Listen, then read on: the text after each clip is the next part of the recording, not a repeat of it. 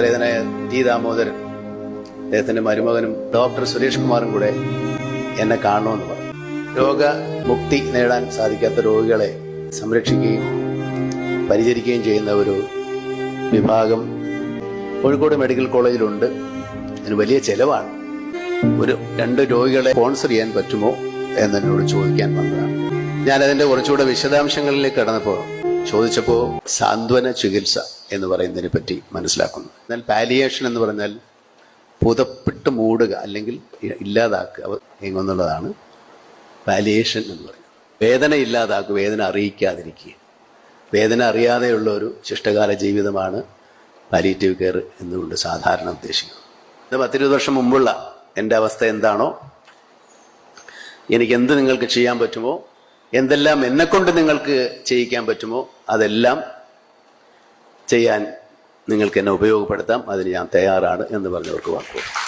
അന്നാണ് ആ കേരളത്തിൽ ആദ്യമായിട്ടുള്ള ഈ പാലിയേറ്റീവ് കെയർ സൊസൈറ്റി ഉണ്ടാവുന്നത്. ആ സൊസൈറ്റിയുടെ പ്രഥമ പേട്രൺ ഞാനാണ്. ഈ ഒരു വികാരം കോഴിക്കോട് ജില്ലയിൽ മെഡിക്കൽ കോളേജിൽ തുടങ്ങിയതാണെങ്കിലും കോഴിക്കോടിൻ്റെ മറ്റു ഭാഗങ്ങൾ വന്നു.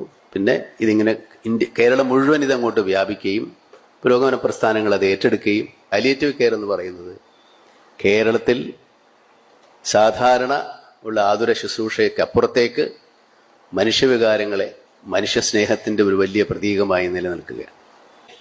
ഒരു രോഗിയോട് ഒരു അനുതാപം ഉണ്ടാവുക, അതായത് അനുതാപം എന്ന് പറയുന്നത് എമ്പതി എന്ന് നമ്മൾ സാധാരണ ഉദ്ദേശിക്കുമ്പോൾ കുറച്ചൊരു വിശദമായ ഒരു വാക്ക് എന്ന് പറയുന്നത് മറ്റുള്ളവരുടെ വിഷമങ്ങളും സങ്കടങ്ങളും നമുക്ക് അനുഭവിക്കാൻ പറ്റുക, അതാണ് അനുതാപം. ഈ കനിവെന്ന് പറയുന്നതും അത് തന്നെയാണ്. നമുക്ക് വേദന അനുഭവിക്കുന്നവരോട് തോന്നുന്ന അനുതാപം അത് നമുക്കും അനുഭവപ്പെടണം. അപ്പൊ കനിവെന്ന് പറയുന്നത് അതിൽ നിന്നുണ്ടാകുന്ന ഒരു വികാരമാണ്. വളരെ യുക്തമായ ഒരു പേര് തന്നെയാണ് ഈ സംഘടനയ്ക്ക് അംഗീകരിക്കുന്നത്. മറ്റുള്ളവർക്ക് കൂടെ സന്തോഷവും സമാധാനവും സുഖവും ഉണ്ടാക്കുക എന്നുള്ളത് മനുഷ്യവർഗത്തിൻ്റെ ഉത്തരവാദിത്വമാണ്. അത് നമ്മൾ എന്ന് മനസ്സിലാക്കുന്നു അന്നേ നമ്മൾ പൂർണ്ണ മനുഷ്യരാകുകയുള്ളൂ.